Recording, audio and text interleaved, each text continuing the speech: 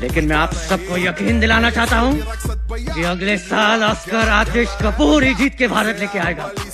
मुझे एक Oscar winning picture करनी है। I want an Oscar.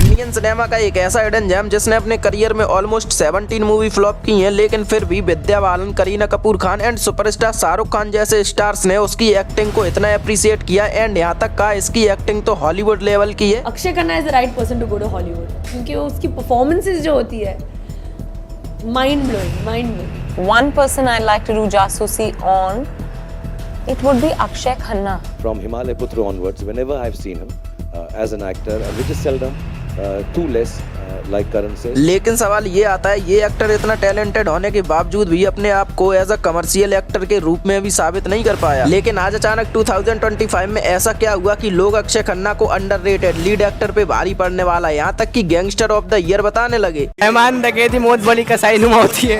तो एनिमल का बॉबी देओल या धुरंधर का अक्षय खन्ना? अक्षय खन्ना। एनिमल बॉबी देओल 15 मिनट का रोल था उसमें, इनमें पूरी फिल्म है। पूरी फिल्म भी खा गए। हाँ, पूरी फिल्म खा गए। भाई बिल्कुल अक्षय खन्ना की एक्टिंग दिल जीत गई, सबको उनने ओवर रेटेड कर दिया। अक्षय खन्ना कैसे लगा?